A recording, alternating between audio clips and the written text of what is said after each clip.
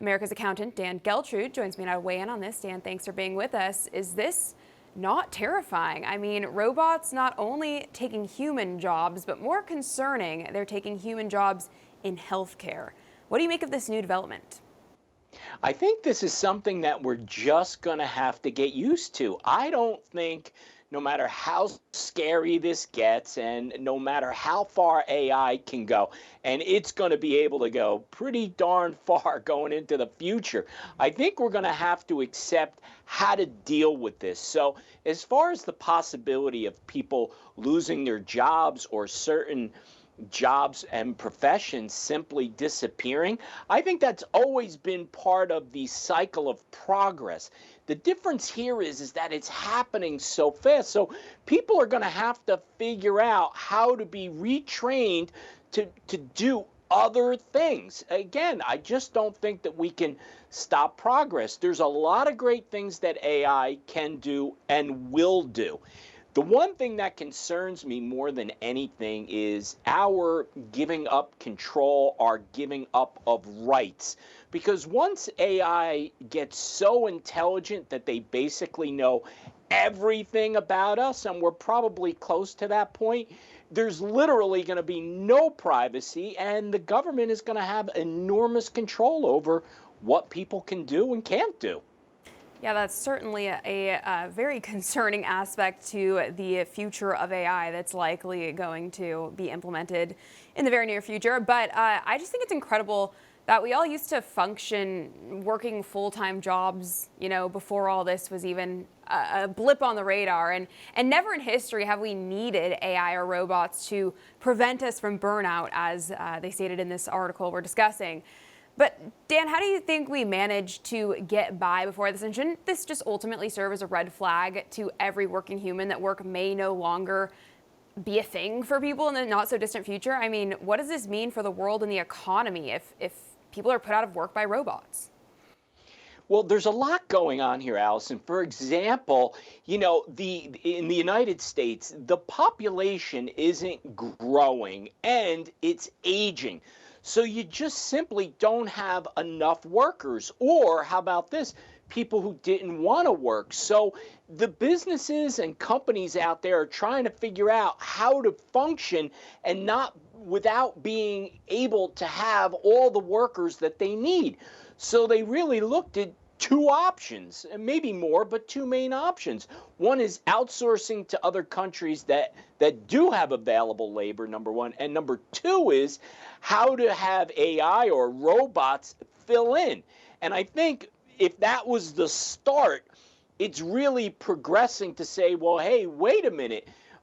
Maybe this can really replace a lot of people from working. And, do we get to a point where the government is going to have to tax robot production in order to gain money to pay people to stay home? And I know that sounds crazy, but I wouldn't count it out either. Wow, that truly does sound crazy, and I don't think I like it, to be honest with you. I just think it's scary, it's a whole new uncharted territory, and I think humans were meant to be humans and not replaced by robots. So I'm very opposed to it, and I just don't like that it's becoming so normalized and that people are seemingly so okay with it. In fact, a new Pew Research poll found that 48% of Americans believe AI to actually be important to America's future economic success. And I just can't help but think, are people being brainwashed into believing that AI is somehow beneficial? I mean, yeah, it might be helpful in a number of ways. And yes, it does do some good in some respects. But can we really trust the people behind this, as you sort of mentioned earlier, to use it for good and not allow evil to actually take over? That, what you said right there, is what it's really all about. There is no question about the fact that AI can improve our lives significantly, and it can also give us longer lives as well. The other side of this, like every great invention and every advancement that's made in humankind, it somehow gets corrupted. And that's really the issue, right? So what is going to happen with all of this development when people start to say, hey, we can go to the next step, to the next step? Let's use Amazon, for example, right? So that has created a lot of ease in people's lives. I mean, there's consequences to that as well. But what we didn't realize is a company like Amazon is collecting an enormous amount of data on all of us, right? And Amazon, I say, actually knows what we want to purchase before we even know what we want to purchase. So I'm not saying they're using it for evil, but what I am saying is that they're using it to their advantage, and there could be a lot of disadvantages to all of us as consumers and as human beings. Yep, I think you are absolutely right about that. So, with that being said, let's switch gears here.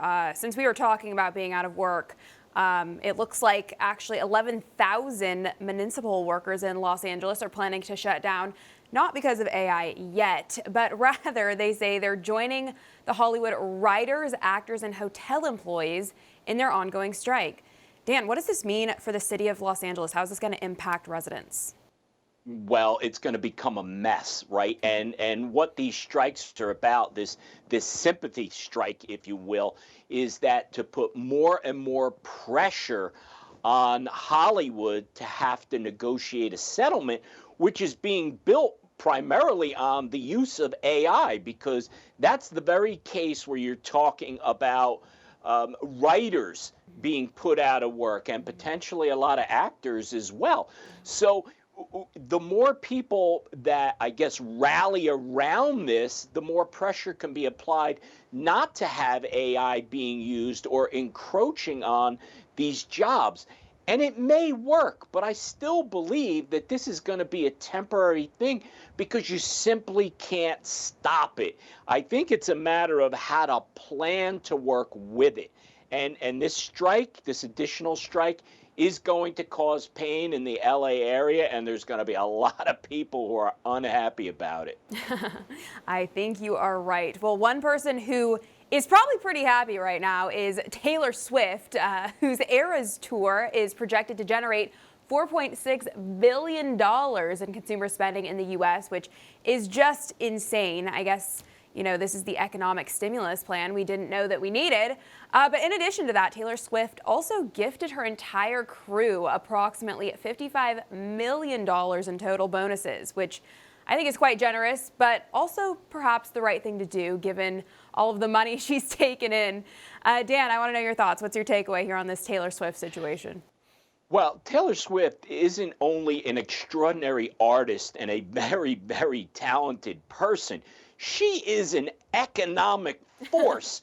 I mean, she goes on tour and she creates a whole sub economy around her. Absolutely incredible. And the fact that she realizes that she is making so much money, and she is an extraordinary businesswoman. It's not all about what she does in entertainment. She has a number of business interests outside of the entertainment field, so good for her. But she recognizes that there are people behind making her the success that she's becoming. And she's turned around and said, hey, listen, I'm going to have significant bonuses for those people that are working for me and making this tour, as I said, and a tour de force for the economy. So I think it's a great thing that she's doing this, and I'm sure all of those employees are extremely loyal to her as a result. I bet you're right about that. Dan, thanks so much for joining us today. Appreciate your time. Thank you.